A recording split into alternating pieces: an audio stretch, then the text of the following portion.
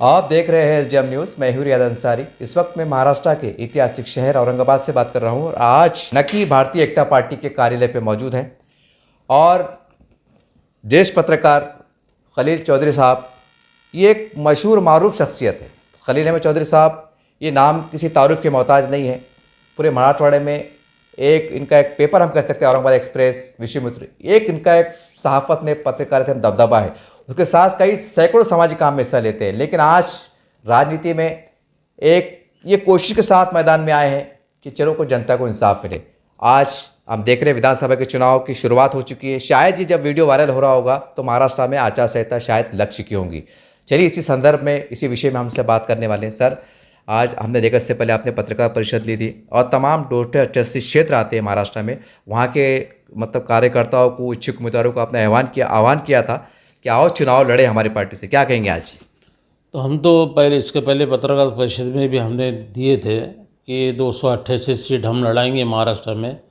जिनको टिकट नहीं मिलता है, जिसको ख्वाहिशमंद है लड़ने के लिए जी, तो हमारी पार्टी हम उनको टिकट देंगे और यहाँ तक कि हर सभा में भी उनके साथ रहेंगे हम और अच्छे बुरे में उनके साथ रहेंगे। उम्मीदवार के लिए उम्मीदवार जो ज़्यादा से ज़्यादा हमारे पास भी आ रहे हैं। अभी तक हमारे 50 फॉर्म चले गए हमारे पास से महाराष्ट्र के अंदर। कोकण में गए, विदर्भ में गए, मराठवाड़ा में गए, 50 तो उम्मीदवार हमारे अभी गए हुए हैं। अब देखना है उसके ऊपर कि भाई कितने उम्मीदवार लड़ना चाहते हैं, कितने उम्मीदवार नहीं लड़ना चाहते हैं, इसी के ऊपर है। और औरंगाबाद शहर के अंदर भी हम खड़े कर रहे हैं, ऐसा नहीं है। मराठवाड़े में भी खड़े कर रहे हैं, पूरे महाराष्ट्र में खड़े करने की हमारी ख्वाहिश है।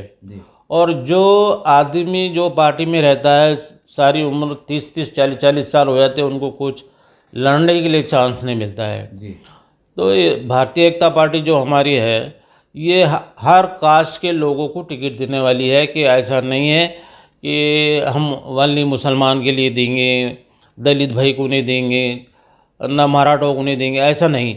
हर कास्ट के लोगों को हम टिकट देने वाले हैं और सबके लिए इंसाफ के लिए दरवाज़ा खटखटाने वाले हैं महाराष्ट्र के अंदर हम। और ये अभी तो हमारी पार्टी नई नई आई हुई है, इसलिए अभी कुछ महीने पहले से हम ज्वाइन हुए उसके लिए। अगर काश 6 महीने या साल भर या 2 साल पहले कभी रहते थे और ना कुछ बदलाव आता था। जी सर, एक सवाल है कि आज पूरे महाराष्ट्र में गठबंधन की बात चल रही है।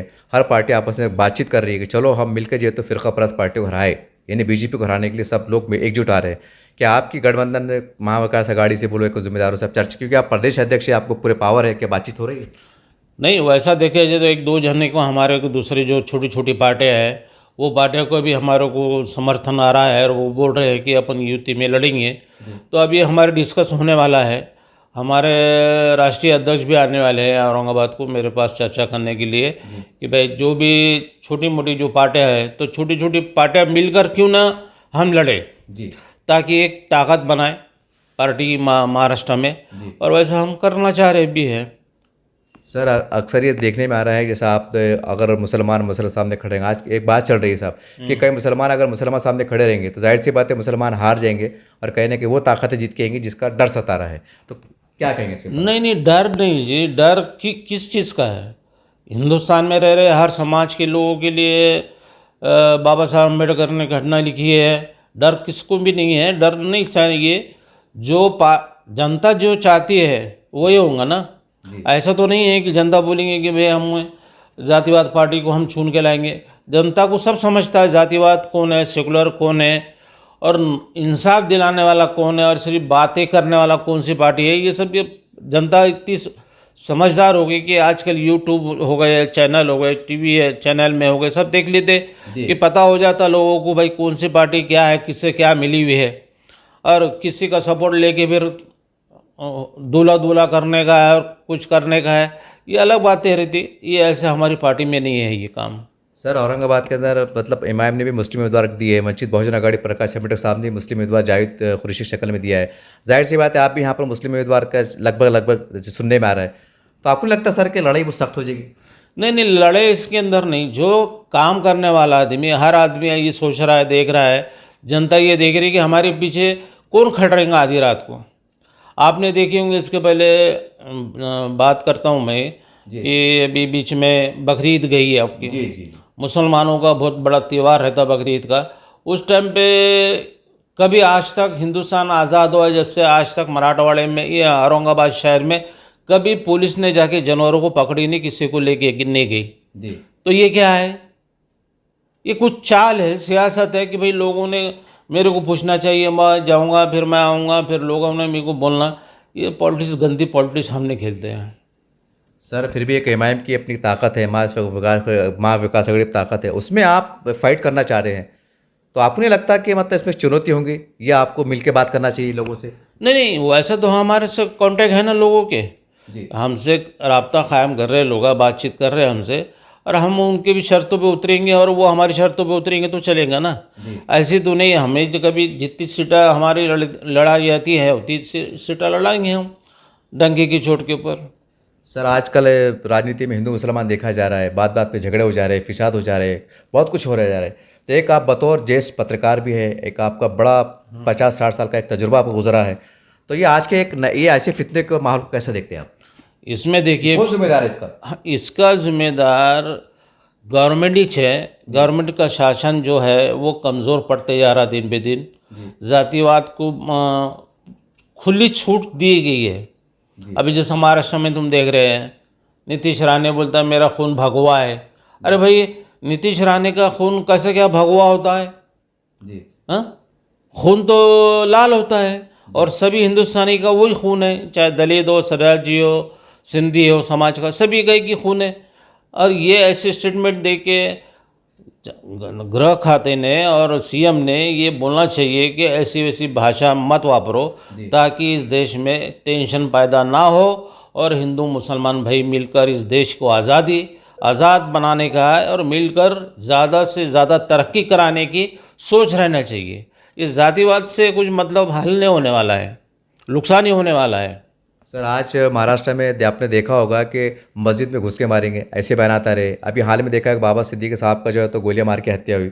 एक राजनीति की ये बहुत बड़ी घटना हम कह सकते हैं और 77 साल के बाद ये पहली बार इतना बड़ा देखने में आ रहा है, तो ये इसका क्या हाल हो सकता है आपके हिसाब से? देखिए, ये तो पुलिस डिपार्टमेंट को होना चाहिए सब मालूमात, क्योंकि हमारे पास हर चीज़ है, नहीं करके नहीं है। हाँ, जबकि 15 दिन पहले उन्होंने फ़ोन आया था बाबा सिद्दीकी को, तो बाबा सिद्दीकी ने बताए थे कि भाई मुझे ऐसे ऐसे धमकियाँ ही करके। तो हमारे सुशील कुमार शिंदे जी और गृह खाते के फडणवीस जी, इन्होंने इस पर एक्शन लेना चाहिए था, उनको पुलिस प्रोटेक्शन ज़्यादा देना चाहिए था, तो ये घटना नहीं होती थी। अब ये घटना ऐसी हो रही है, आज कौन सियासत में आएगा फिर? अच्छे आदमी सियासत में क्यों उतरेंगे फिर? इसका मतलब हर इंसान ये सोचेगा कि भाई मेरी जान का क्या है। आम आदमी की फिर क्या है, सुरक्षा क्या है आम आदमी की? जी। कुछ भी नहीं रही ना, क्योंकि गृह खाते ने ये सोचना चाहिए और जल्दी से जल्द वो जो भी है आरोपी, उनको फांसी की सज़ा देना चाहिए। जबकि फांसी की सज़ा नहीं देंगे जब तक इस देश में ऐसी ही गोलीबारी और ऐसा आतंकवादी चलते रहेंगे धंधे। सर आज हमने देखे कि रामगिरी महाराज को लेकर काफ़ी विवाद चल रहा है और आपकी एक पार्टी है आपकी, तो सबसे आप तो हमने देखा इससे पहले आपने निवेदन दिया है, ये बात भी सही है, लेकिन साहब कभी से बार देखने में नहीं आया कि एक साधु संत जो कि एकता शांति के अलंबरदार होते हैं को ऐसे बयानात आ जाना, कि इसको आप इसमें राजनीति समझते हैं या कुछ और बात है? नहीं, इसमें देखिए, इसमें राजनीति थोड़ी है करके सामने वाला बोलता है, वरना नहीं बोलता है कोई भी। जी। हर पक्ष के अंदर राजनीति होती है, ऐसा नहीं है कि राजनीति नहीं है करके। अगर आप कभी स्ट्रिक्टली किसी ने कुछ कहा और उसको तुरंत अंदर डाल दिए तुमने, उसको सज़ा सुना दिए, तो कल कौन बोलने वाला है इस देश के अंदर? जातिवाद की बात ही नहीं करेंगे इस देश में, जबकि संविधान में लिखा हुआ है सब कास्ट एक है करके। नरेंद्र मोदी जी बोलते एक हाथ में कुरान एक हाथ में लैपटॉप रखने का है, सबका साथ सबका विकास। तो नरेंद्र मोदी जी ने सोचना चाहिए कि आज हमारे महाराष्ट्र में बाबा सिद्दीकी जैसे आदमी को किसने मारा है, उसको ढूंढ निकालना चाहिए और ज़्यादा से ज़्यादा उसको फांसी देना चाहिए उस आदमी को, ताकि हमारे महाराष्ट्र में ऐसा कोई लीडर को कोई गोली ना मारे। सर आज हमने देखे कि महाराष्ट्र में एक बहुत ही दर्दनाक और गमनाक की खबर है कि बाबा सिद्दीकी साहब पे हमला हुआ।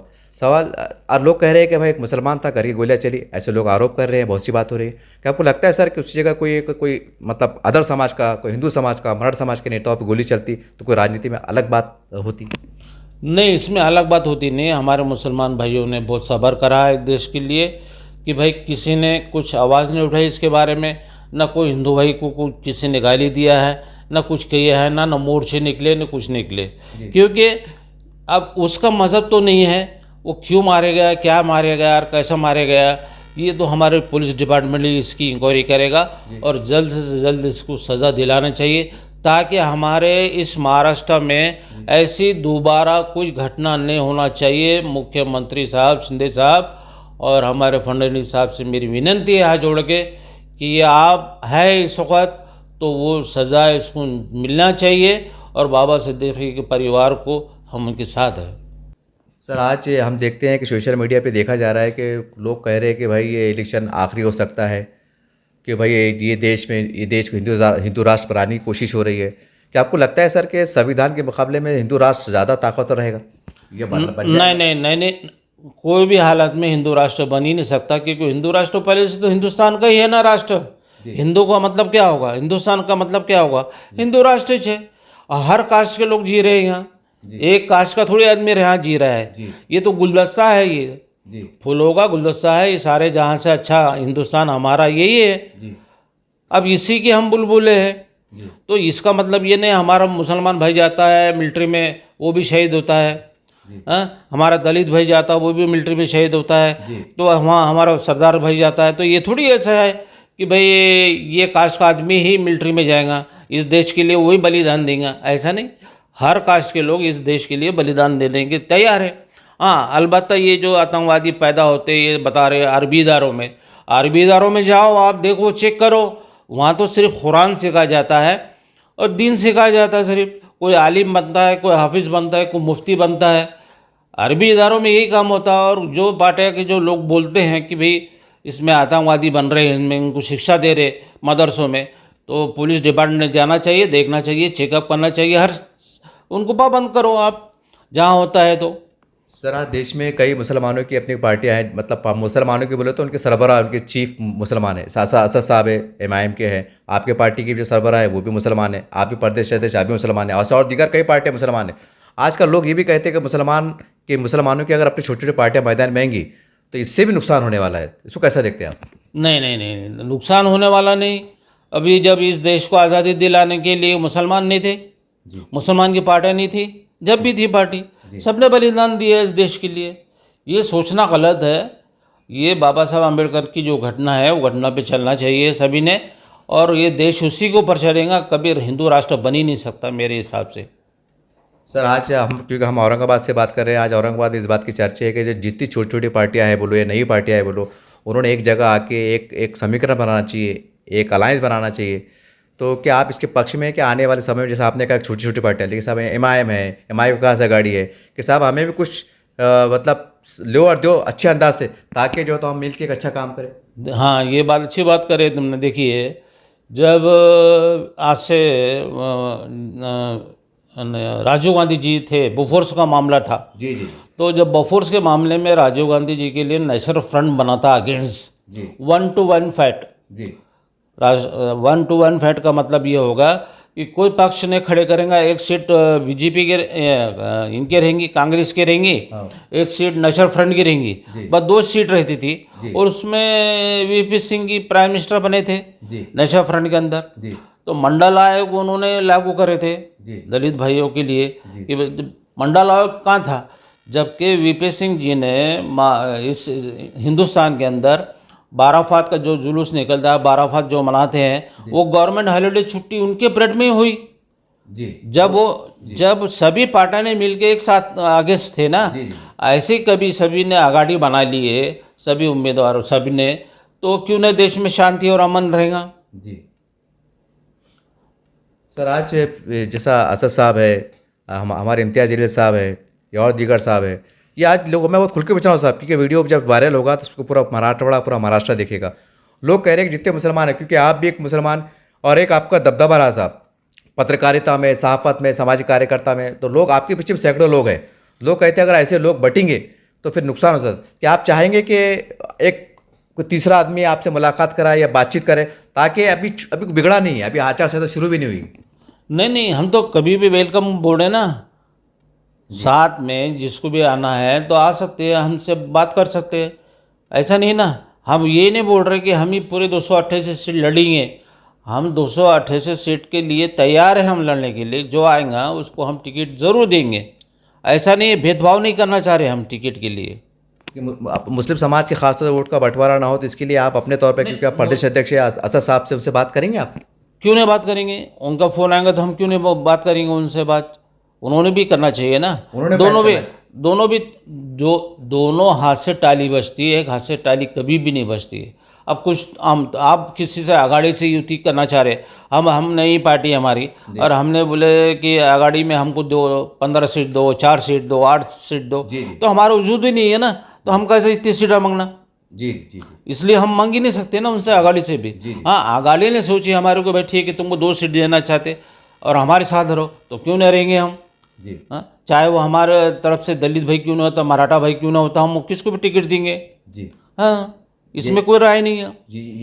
यानी कि आपके पास तमाम के लिए वेलकम है, चाहे कोई भी हो। और बहुत सी ऐसी पार्टियाँ हैं कि जो आज कोई बड़ी पार्टियों को सपोर्ट कर रहे हैं अंदरूनी। ये नहीं चलना चाहिए, देश का इसके अंदर नुकसान है। अरे इसके मुद्दे के आज कौन सा मुद्दा चढ़ा आजकल तक जाए? कोई बड़ा मस्जिद के बारे में ये दीवार तोड़ो, कोई बोल रहा ये अरबी इदारे तोड़ो। ये नहीं होना चाहिए, ये होना चाहिए सभी ने ये बोलना चाहिए। छोटी छोटी पार्टियाँ क्यों ना हो, वो सब ने ये बोलना चाहिए जो शोषित बेकारी है, हमारे पास उद्योग लाओ, इसके बारे में लड़ो ना भाई। ये तो मैं ऐसा, मेरा भगवा है, मेरा ये है, उस पर मत लड़ो, विकास के लिए लड़ो। हमको ये डेवलपमेंट होना चाहिए। प्राइम मिनिस्टर को बोलो इतने करोड़ों का बजट होना हमारे को चाहिए। महाराष्ट्र गवर्नमेंट को बोलो चाहिए, जैसा कि अभी लाडली बहन तुमने निकाली ये योजना, मुख्यमंत्री साहब ने, तो ये ऐसे तुम निकाल रहे हैं तो इसके लिए भी निकालो ना। शोषित बेकार जो लोग हैं उनके लिए बड़े बड़े प्लान लेके आओ। यहाँ से हमारे महाराष्ट्र से कई प्लान बाहर स्टेट में चल जा रहे, वो क्यों जा रहे भाई? वो हमारा स्टेट बड़ा है, हमारा स्टेट आज इंडिया के अंदर दूसरे लेवल पे आता है। उत्तर प्रदेश के बाद में हमारा महाराष्ट्र आता है लोक संख्या में, तो हमारे पास होना चाहिए। सबसे ज़्यादा काम मिलना चाहिए हमारे आवाम को, जनता को। किसान को अच्छा भाव देना चाहिए। आपने इस मुद्दे पे लड़ो ना। वो जो आता ये बोलता उन्होंने कोई ऐसा बोला, उन्होंने बोलता मैंने ऐसा करा, मैंने वैसा करा। ये कोई बात है कि सियासत है क्या? ये सिर्फ टाइम पास करने के लिए और अपना उल्लू सीधा करने के लिए है ये। सर, हर पार्टी का अपना एजेंडा होता है कि हमारी पार्टी जो है अगर चुन के आती है, हमारे उम्मीदवार चुन के आते हैं, हम ये काम करने वाले। आपके पार्टी का एजेंडा है कि आप जब चुन के आते हैं, आपके जो भी उम्मीदवार चुन के आएंगे, तो आप ऐसा मतलब क्या करने वाले काम? अरे भाई, हम तो यही बताना चाह रहे ना, जब हम हमारे पार्टी से कोई हमारा नुमाइंदा चुन के जाएंगे तो उसको हम ब्रेक नहीं लगाएंगे। वो हर काम, हर इश्यू उठा सकता हो। इतनी हम फुल आज़ादी देंगे। हम खुल के बात करो, मतलब खुल के बात करो, जनता के हित में बात करो तुम। जनता के हित में जो भी बात करेगा उसके साथ हम रहेंगे। सर, एक सवाल बड़ा अहमियत का हामिल है कि जैसा आपने कहा है मीडिया के माध्यम से कि हमारी पार्टी के लिए अब फार्म लेना देना चालू है। हर पार्टी का अपने एक रूल होता है, कुछ पॉलिसी होती है कि फार्म की कुछ फ़ीस भरी जाए या उसके कुछ जैसा पढ़ा लिखा हो, क्या हो, या उसका अनुभव हो। तो ऐसा कुछ आपका क्राइटेरिया आपने रखे हैं? था नहीं, देखिए देश में बाबा साहब अम्बेडकर ने घटना जो लिखी है तो किस बेस पे लिखी हुई है? घटना के अंदर है कि कुछ ये इतनी बड़ी डिग्री होना करके उसके लिए डिग्री का सवाल नहीं है। जनता के लिए काम करने वाला एजुकेटेड भी हो और समझदार हो, ताकि सबको इंसाफ दिलाने वाला हो। भले वो मैट्रिक पास क्यों ना होता, वो देश के लिए काम कर सकता ना। वो काबिल रहना चाहिए। ऐसा है नहीं है कि भाई चलो ठीक है, अब नगर सेवक के इलेक्शन होते हैं तो नगर सेवक के अंदर लोग उम्मीदवार को खड़े करते, कोई पढ़ा लिखा रहता नहीं रहता, कोई 5वीं रहता, 4वीं रहता, पर उसको तरीक़ा समाज के अंदर क्या हो रहा है ये मालूमात, उसको अनुभव है ना। नहीं करके नहीं ना। अब जैसा कि एक बकरी चराने वाला रहता तो उसको मालूम है मैं बकरी का डंडा मारूंगा तो बकरी कैसे चलेगी। तो उस तरह तो उसको पता है ना कि मैं अगर नगर सेवक के इलेक्शन में लड़ूंगा तो वहाँ जाके महानगर पालिका में मैं क्या बोलूँगा। समाज के लिए क्या है, वहाँ प्रॉब्लम क्या है हमारे वार्ड के अंदर, वो उसकी बात करेंगे। ऐसे ही हम उम्मीदवार जो चुन के देंगे हमारा आएगा, तो उम्मीदवार हमारे जैसा एग्जाम्पल मैं ये बताता हूँ, कहीं कभी हमारा आमदार चुन के आ रहा है, वहाँ क्या सर्वे करेगा वो, वहाँ क्या प्रॉब्लम है जी, किस चीज़ की सुविधा नहीं है वहाँ, उस सुविधा के वो वापस वहाँ विधानसभा में आवाज़ उठाएंगे।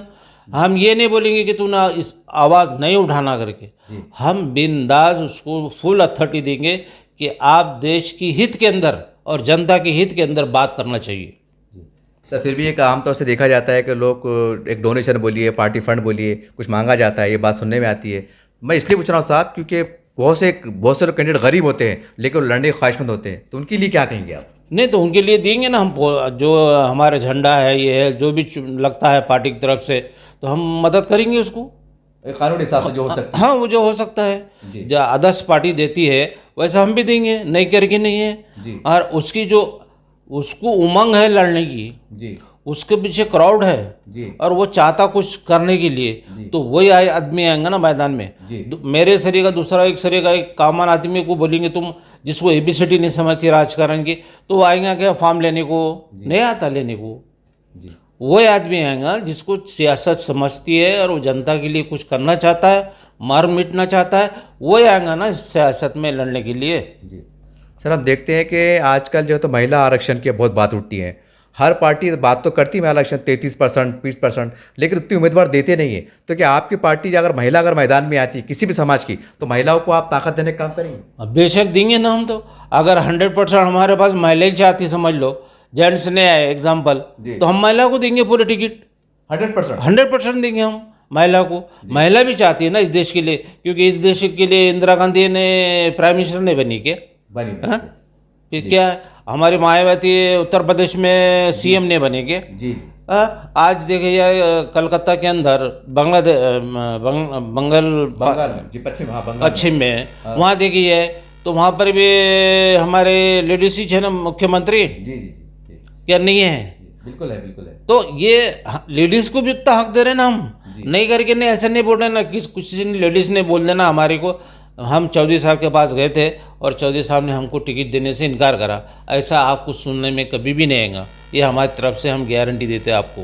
जी, फिर भी सब आखिरी में जाते जाते आपका पार्टी का जो टाइमिंग है, ताकि जो लोग मराठवाड़े से दूर दूर से आएंगे, तो आपका ऑफिस का टाइमिंग बता दीजिए और फ़ोन नंबर बता दीजिए ताकि लोग आपसे बात कर सकें।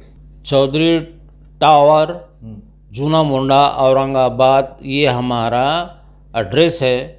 और उसका है मोबाइल नंबर है हमारा 9823056887। ये हमारा मोबाइल रहेगा। किसी को भी कांटेक्ट करना है महाराष्ट्र से हमारे पास टिकट मांगने को आने के लिए, तो हमारा कांटेक्ट नंबर है। और एक नंबर देता हूँ, मोबाइल नंबर 931711, जो नंबर है, ये नंबर पे कांटेक्ट करने का है। आपने सिर्फ इतना भी उसमें डाल दिए कि खलील चौधरी औरंगाबाद।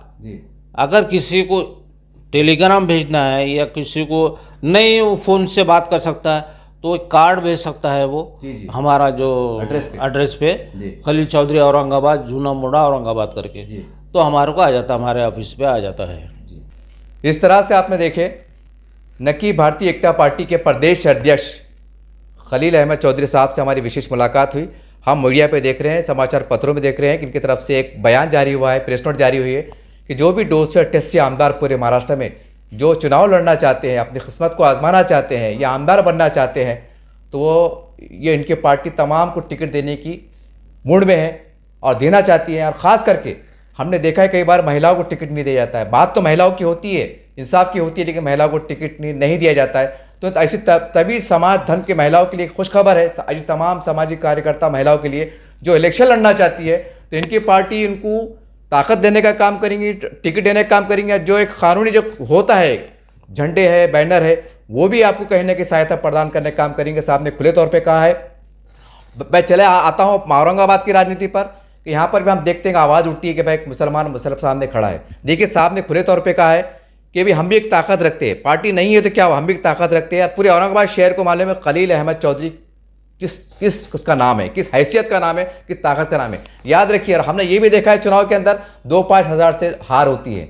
फिर बाद में ये मत कहिएगा कि भाई उनके उम्मीदवार ने 8,000 ले लिया, 12,000 ले लिया, वो नहीं लेते तो ये चुन के आ जाते, फिर बाद में रोके मतलब नहीं आ रहा। इसलिए किसको छोटा ना समझिए।